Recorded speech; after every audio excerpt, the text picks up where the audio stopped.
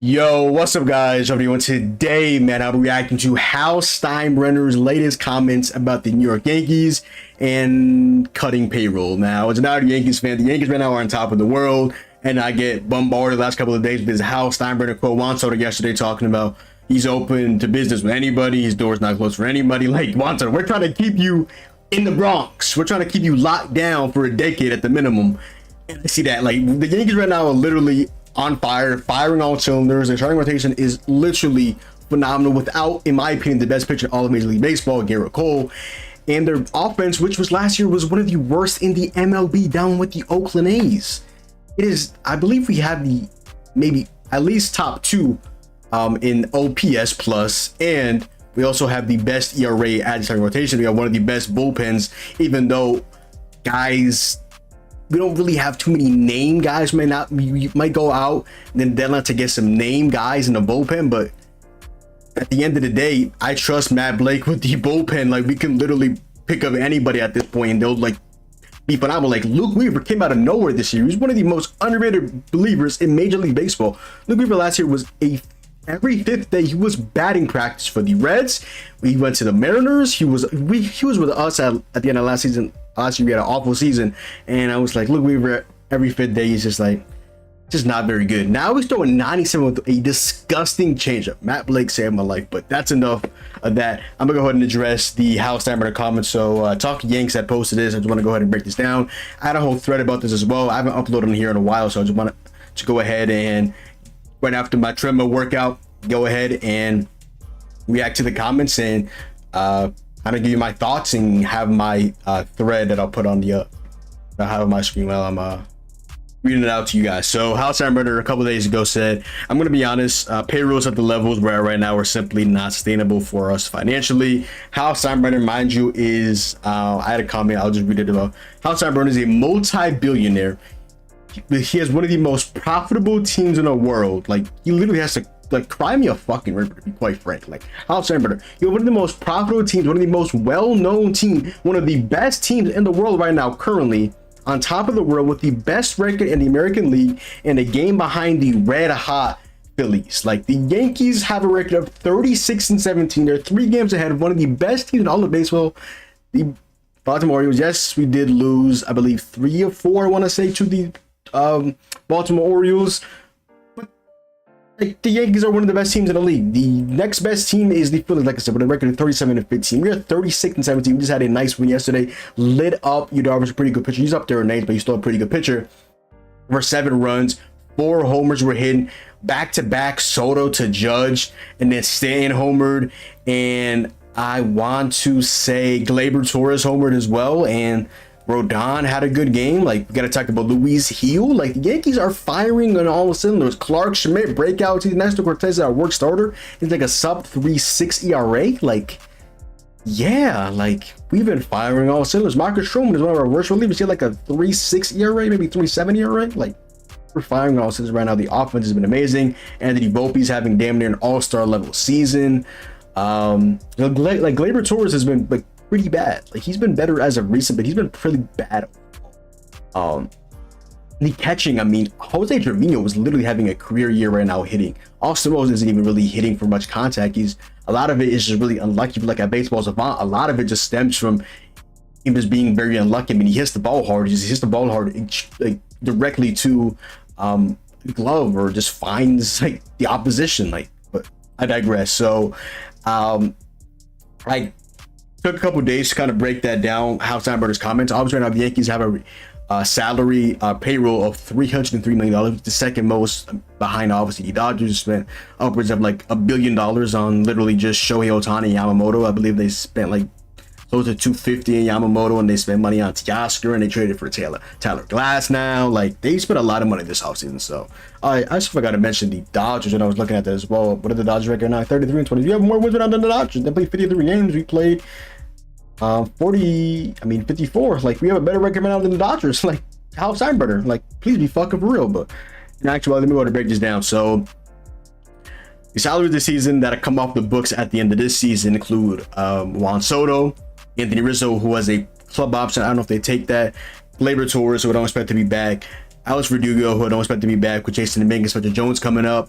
That right there in total is $70.9 million. I don't expect Glaber to be back. I don't expect Verdugo to be back. Rizzo on the fence for $17 million. They might go out and get like a younger option.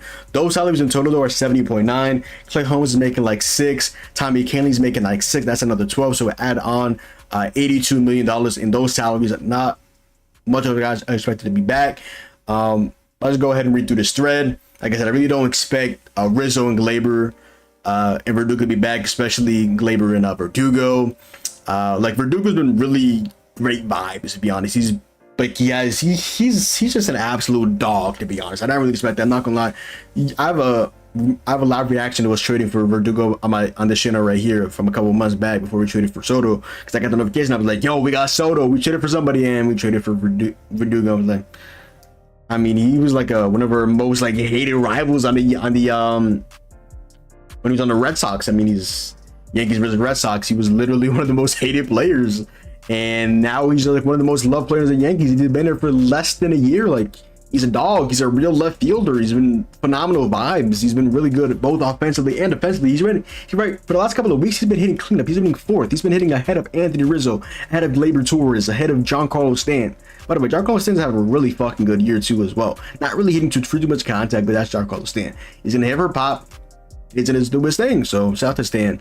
I do believe that we have to sign Juan Soto this offseason for at least $50 million over at least the next decade. I've been saying this for the last couple of weeks. The Mets want to go ahead. Steve Cohen wants to big brain this and all that. If you want to go ahead and give Juan Soto $70 million a year over if you want to give Juan Soto $70 million per year over 10 years, like the Shohei Ohtani contract, by all means, you can do that. Hal Steinbrenner, I will not be mad at you if Steve Cohen big brains it. It's like, especially if it's not like a Shohei Ohtani, especially if it's not like deferred. If it's like upfront $70 million a year, I will not blame Juan Soto for leaving for that amount of money. I mean, I'm personally content with not paying that amount of money. Like, let's be fucking for real, okay?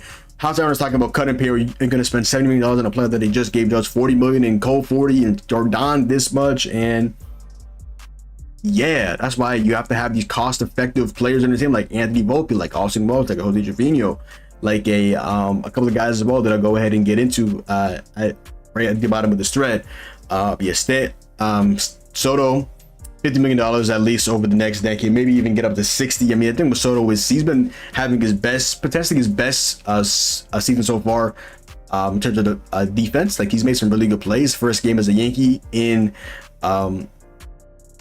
Houston, he throws out the runner for leading to us winning the game. So that was amazing. Nice 4-game sweep, and he got a game-winning hit basically off of his former teammate on the Padres, Josh Hader, who I believe he had a clutch hit on as well when he was on the Houston Astros. Apparently, he just absolutely. I mean, when Soto was on the Nationals and when Hader was on the Brewers, I believe like a wild card game prior to them. That was the playoffs where they won the World Series. So really, he just absolutely owns Josh Hader. Shout out to him. But oh my God, the clutch gene. He started off really hot. Josh started off really cold. Now Judge is back to be one of the best players in all of Major League Baseball. Like, the Yankees are firing on all cylinders without the best player, without the best pitcher in Major League Baseball. One of the top 10 players in all of baseball, Garrett Cole.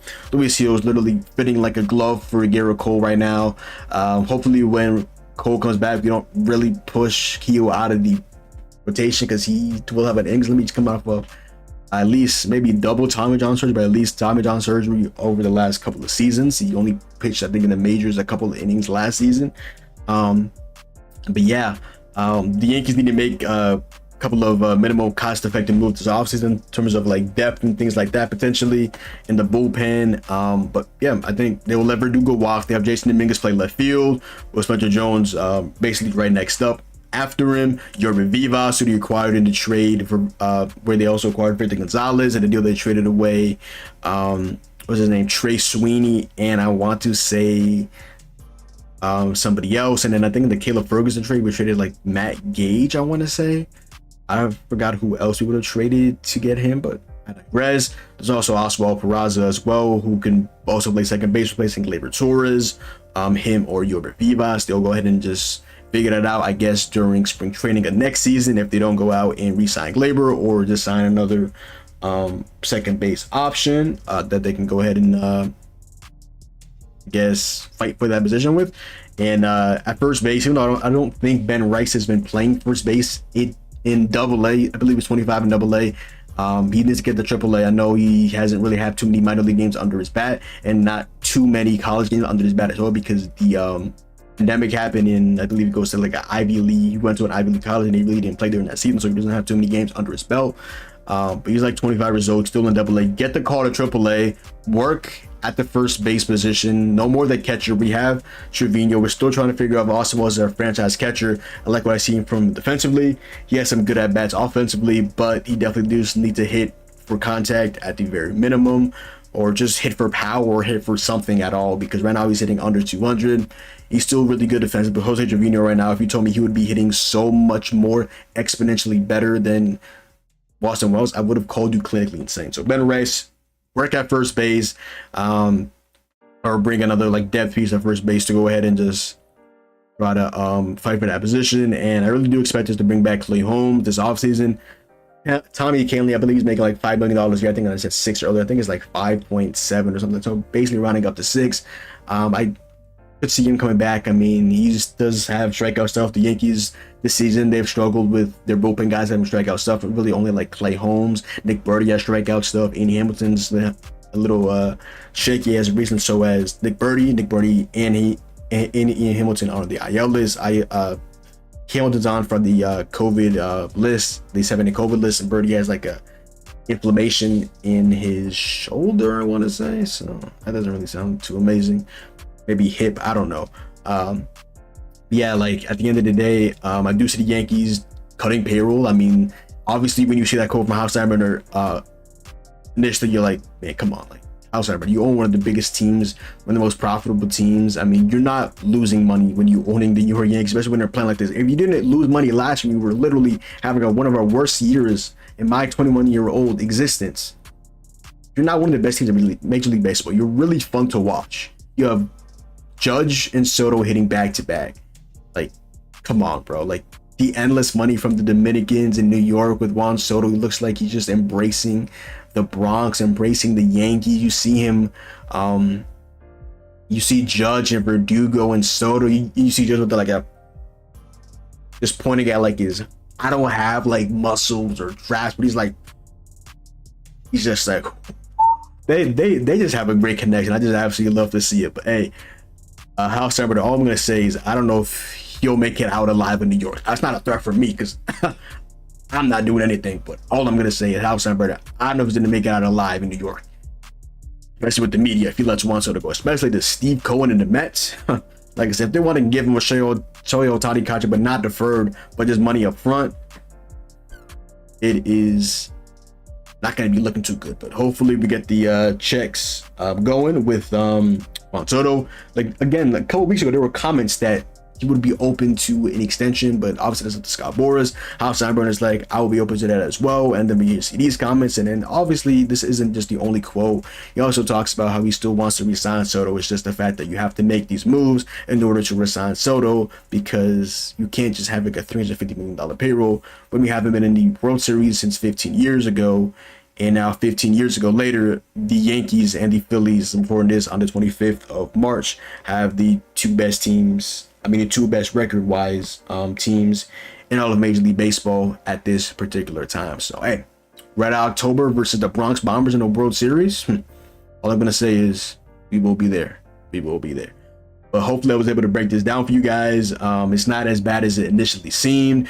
The Yankees can still be really good, just relying on younger talent, which I believe we've always really needed to do. Look at the Astros and the young guys that they've been able to bring up and develop. The Yankees, we've been scrutinized for just trading and signing free agents. We need to go ahead and develop guys. I think Jason Dominguez is one of those guys. I think Anthony Volpe has shown that he is one of those guys this season as well. Hopefully Hunter Jones is one of those guys, because they don't want to trade him. We would have had a rotation right now of Corbin Burns and Garrett Cole and Carlos Rodon and some other guys as well, like a Clark Schmidt, potentially also like a Luis Hill as well.